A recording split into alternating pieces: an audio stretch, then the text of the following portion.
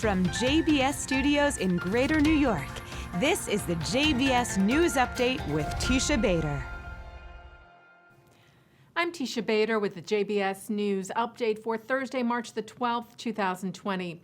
Israeli Prime Minister Benjamin Netanyahu addressed the public tonight, announcing that all schools in Israel will be closed until after the Passover holiday, as a measure against the spreading of the coronavirus. Israel's National Security Council and the Education and Health Ministries held deliberations earlier today on whether to order the closure of elementary, middle, and high schools, as well as universities throughout the country, in an effort to contain the spread of the virus. And the decision was made this evening to go ahead with those closures. And Ynet reports that Israel's chief Sephardic Rabbi Yitzchak Yosef told the public today not to go and pray en masse at the Western Wall for fear of spreading the virus, but rather for people to pray close to home until the outbreak is over. The rabbi said this was in keeping with Israel's health ministry, which has banned gatherings of over 100 people. A 14-year-old Israeli boy was seriously injured last night in the West Bank. Ynet reports that the teen was with a group that was attacked by Palestinians in a car that threw a large rock at his head. He is hospitalized at the moment at Schneider Children's Medical Center in an induced coma in serious but stable condition. Well, the political deadlock continues in Israel, with consultations between Israel's president, Reuven Rivlin, and the various parties to begin on Sunday.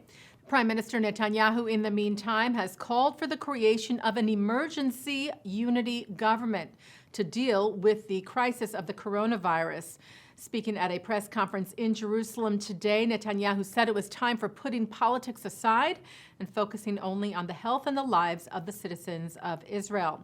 The leader of the Shas party, Aryeh Deri, who also serves as Minister of the Interior, had said earlier today that the coronavirus crisis demanded the immediate establishment of a national emergency government, calling for Netanyahu's Likud party and Benny Gantz's Blue and White to come together for the good of the people. And Israel's Defense Minister Naftali Bennett issued a similar call later today, calling for a national emergency government led by Netanyahu to combat the virus. Ynet cites Bennett saying, "We will pass legislation which will freeze the entire political process for 6 months, after which we can go back to exactly where we were and continue to argue." And staying with politics, Israel's Channel 13 today reported that Labor Gesher Meretz's number 2, Orly Levy Abekassis, who made headlines when she said she would not support a minority government, meaning a government led by Benny Gantz, with the backing of the Arab parties, reportedly may not recommend Gantz for prime minister at all when she meets with Rivlin next week. The report cites unnamed senior officials within the Labor Party. By the way, tune in tonight after this newscast for a look at the current stalemate in Israel and the efforts towards a minority government with Mark Golub and Shachar Azani. The Jewish Agency for Israel is doing what it can to help the Jewish community in Rome as Italy faces very strict containment measures because of the coronavirus. The president of Rome's Jewish community, Ruth Dergello, expressed great concern about how the virus is impacting the Jews there. The community, a small and elderly one.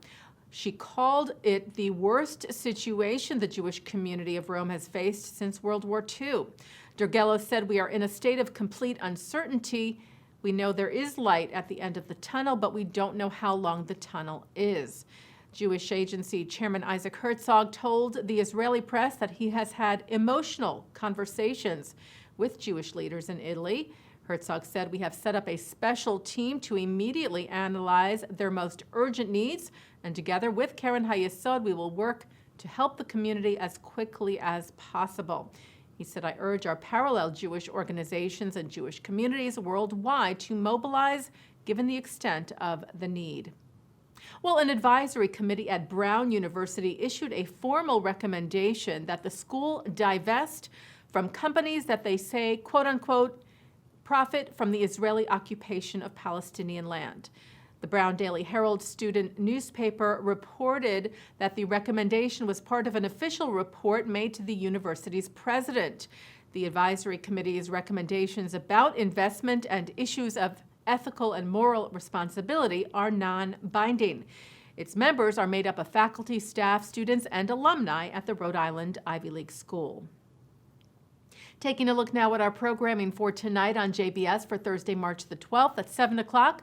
More from the recent AIPAC National Policy Conference with David Friedman, Mike Pompeo, and Nita Lowy. And coming up right after this newscast, as I mentioned, Mark Golub sits with Shachar Azani, who analyzes how Blue and White, with Avigdor Lieberman, is trying to create a minority government with the support of the Joint Arab List, and the political challenges that Netanyahu faces as his trial is set to begin on March the 17th. And that's the JBS News Update for Thursday, March the 12th, 2020. I'm Teisha Bader.